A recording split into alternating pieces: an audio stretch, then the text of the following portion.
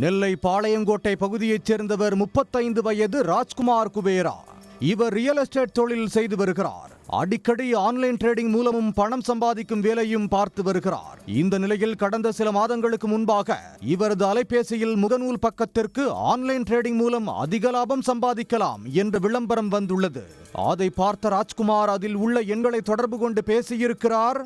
அப்போது எதிர்த்தரப்பில் பேசிய மர்ம நபர்கள் ராஜ்குமாரை நம்ப வைப்பதற்காக பல்வேறு கவர்ச்சிகரமான அறிவிப்புகளை கூறியுள்ளனர்.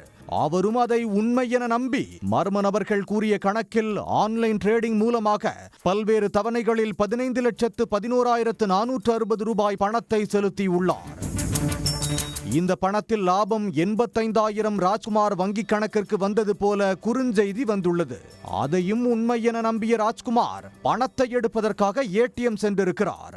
ஆனால் அங்கு வங்கி கணக்கிற்கு பணம் எதுவும் வராதது தெரிய வந்தது. இதையடுத்து மர்ம நபர்களை தொடர்பு கொண்ட போது அவர்கள் முறையாக பதிலளிக்கவில்லை.